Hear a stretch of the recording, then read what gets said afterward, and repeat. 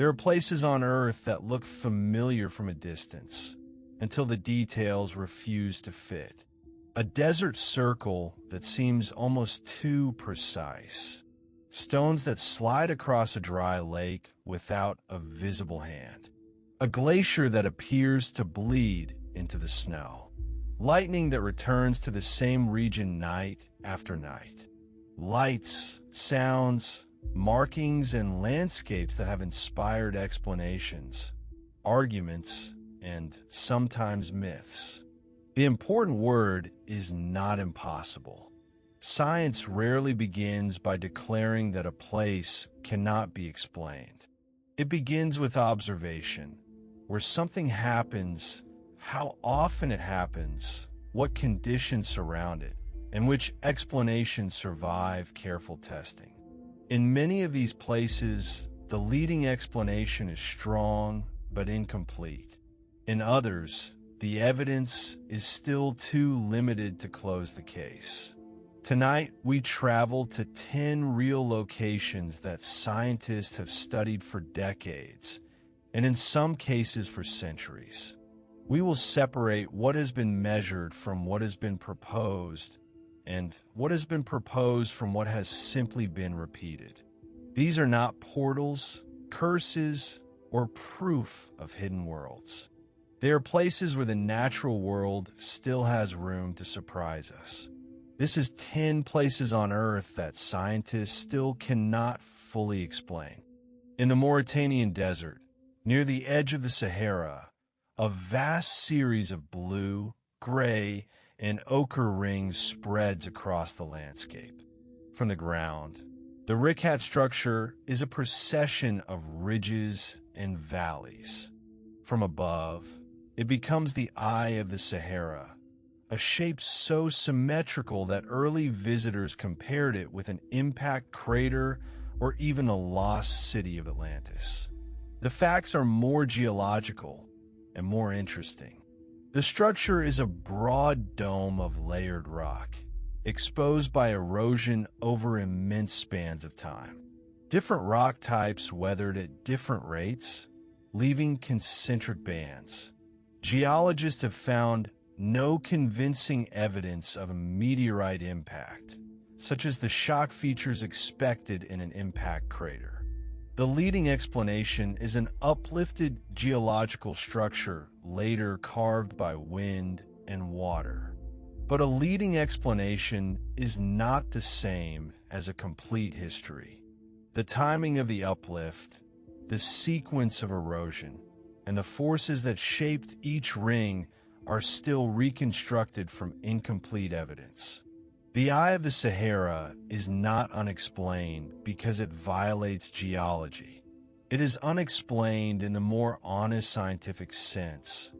We understand the broad process, while the full timeline remains hidden inside the rocks.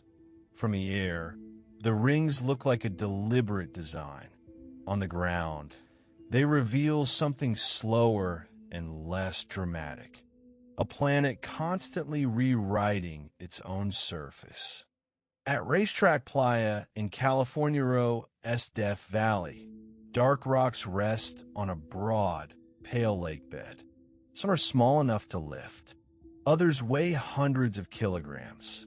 For years, visitors found long tracks behind them and no obvious explanation for how the stones had moved. The mystery became a story about invisible forces, rare winds, and rocks that seem to travel by themselves. The playa is not always dry. Under the right winter conditions, a thin sheet of water can spread across the clay. If the surface freezes, floating panels of ice may form around the rocks. A light wind can then push the ice, and the ice can push the stone, leaving a track as it moves. Researchers observed this process directly with time-lapse cameras in 2013 and 2014. The discovery transformed the mystery from a supernatural question into a study of a very particular combination of ice, water, wind, and friction. Still, Not every track has the same history. Weather changes rapidly. The ice may break apart, melt, or vanish before anyone sees it.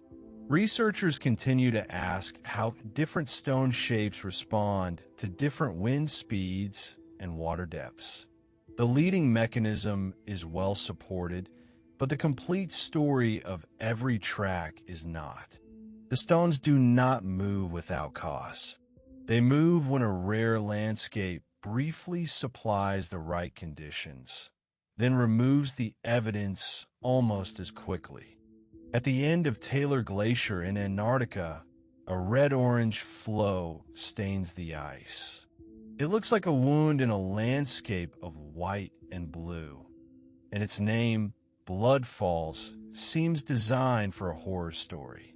The real explanation is more scientific and no less remarkable. The water comes from a salty reservoir beneath the glacier. It is rich in iron, and when the brine reaches air, the iron oxidizes, producing the familiar rust color. The water can remain liquid beneath the ice because its salt content lowers the freezing point. Researchers have also found evidence of microbial life surviving in this dark, oxygen-poor environment, using chemical reactions rather than sunlight. That broad explanation is accepted, but the hidden system is difficult to observe directly. Scientists are still studying how water moves through the glacier, how the underground reservoir is replenished, and how organisms survive for long periods without light. The falls are therefore not a mystery because the water is blood. It is a mystery because an entire chemical and biological system operates inside a frozen continent. For a few days, a hidden world reaches the surface. Then the glacier closes over it again, leaving only a red trace and a reminder that life can occupy environments that look completely sterile. At the mouth of the Catatumbo River in Venezuela, thunderstorms can gather with extraordinary persistence. Lightning flashes across the night above Lake Maracaibo, sometimes returning across many nights and seasons. Local communities have known the phenomenon for generations. Scientists know that it is a weather system, but its exact rhythm is still a subject of study. Warm, moist air rises from the lake and nearby wetlands.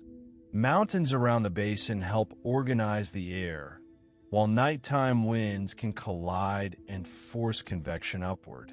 The result is a powerful electrical environment, with storms that repeatedly form in a region shaped by water, relief, and atmosphere.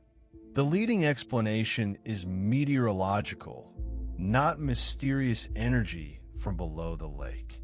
Yet the precise balance between humidity, wind direction, terrain, cloud chemistry, and seasonal circulation is complex.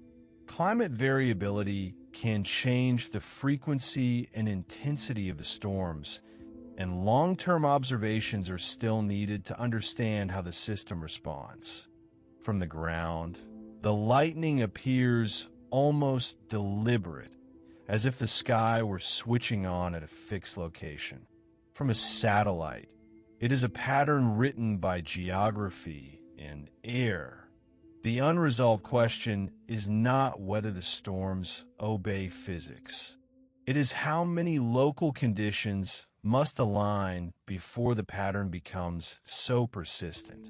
In a narrow valley in central Norway, residents and visitors have reported luminous objects moving, hovering, or appearing above the landscape. The Hessdalen Lights are not one single shape. Reports describe white, yellow, or reddish lights, sometimes bright enough to illuminate the valley, sometimes visible only through instruments. The phenomenon has been monitored with cameras, radar, and other sensors. Some observations may have ordinary explanations: aircraft, planets, reflections, or atmospheric effects. Other reports are harder to classify because the measurements are incomplete or because several light sources may be grouped under one name. Researchers have proposed charged dust, ionized gas, geological activity, and atmosphere plasma. These are hypotheses, not a final answer. The valley contains conductive minerals, changing weather, and complex terrain, but no single model has explained every observation. The difficulty is a familiar one in science. A rare event is hard to study, and an event that is not consistently reproducible is difficult to test. The Hessdalen Lights remain on the high plains of West Texas. People have reported distant lights that appear near the horizon, sometimes hovering and sometimes shifting color. They are known as the Marfa Lights. The reports go back more than a century, and the phenomenon has become part of the culture of the region.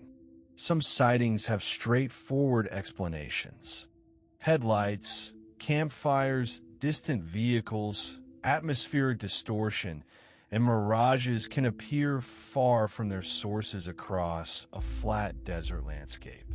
The curvature of the land and layers of warm and cool air can make ordinary lights seem detached from the ground. Controlled observations have also shown that many reported lights can be matched to human activity, but not every report has been resolved. The difficulty is that the lights are distant, conditions change, and many accounts were recorded long after the observation.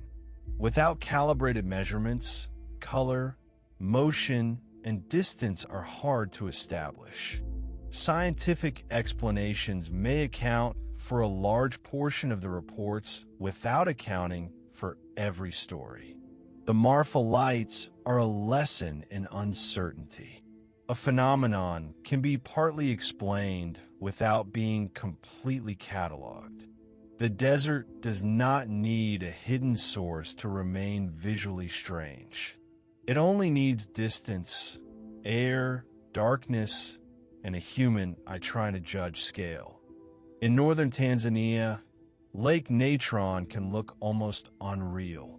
Its shallow water may turn red or orange, and its shores can appear harsh, dry, and lifeless.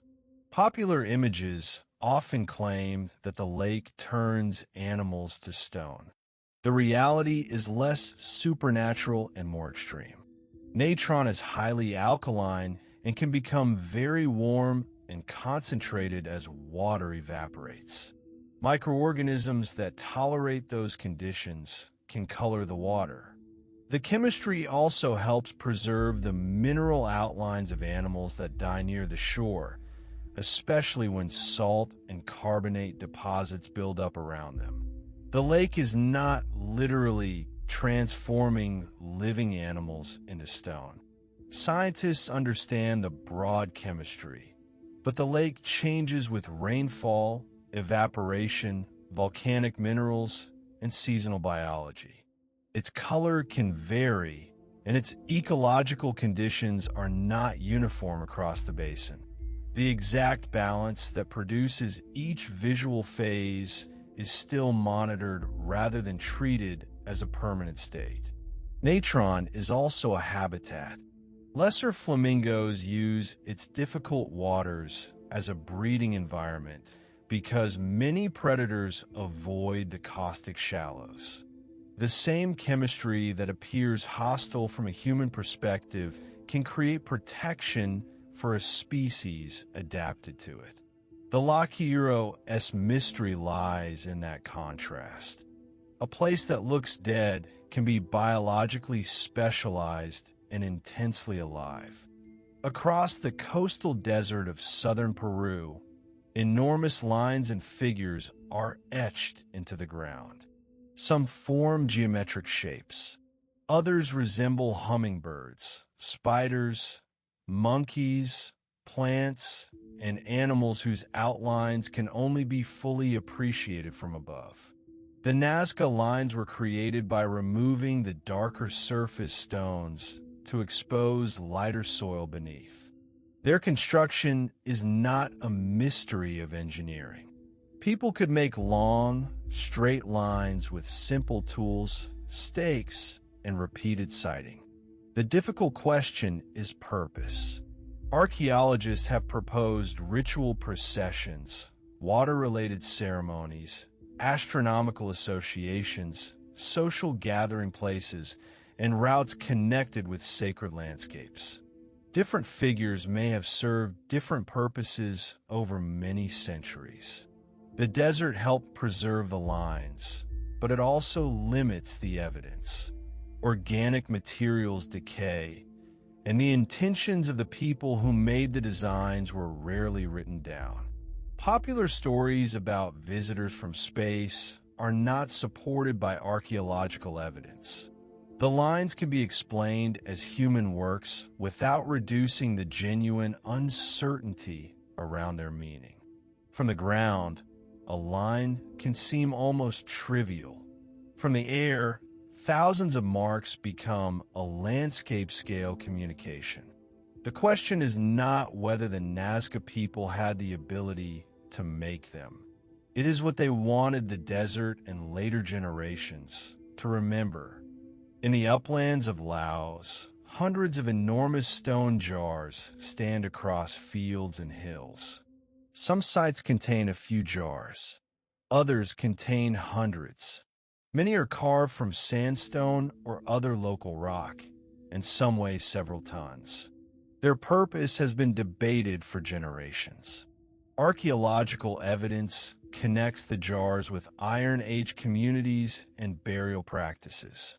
Human remains, ceramics, beads, and tools have been found near some sites.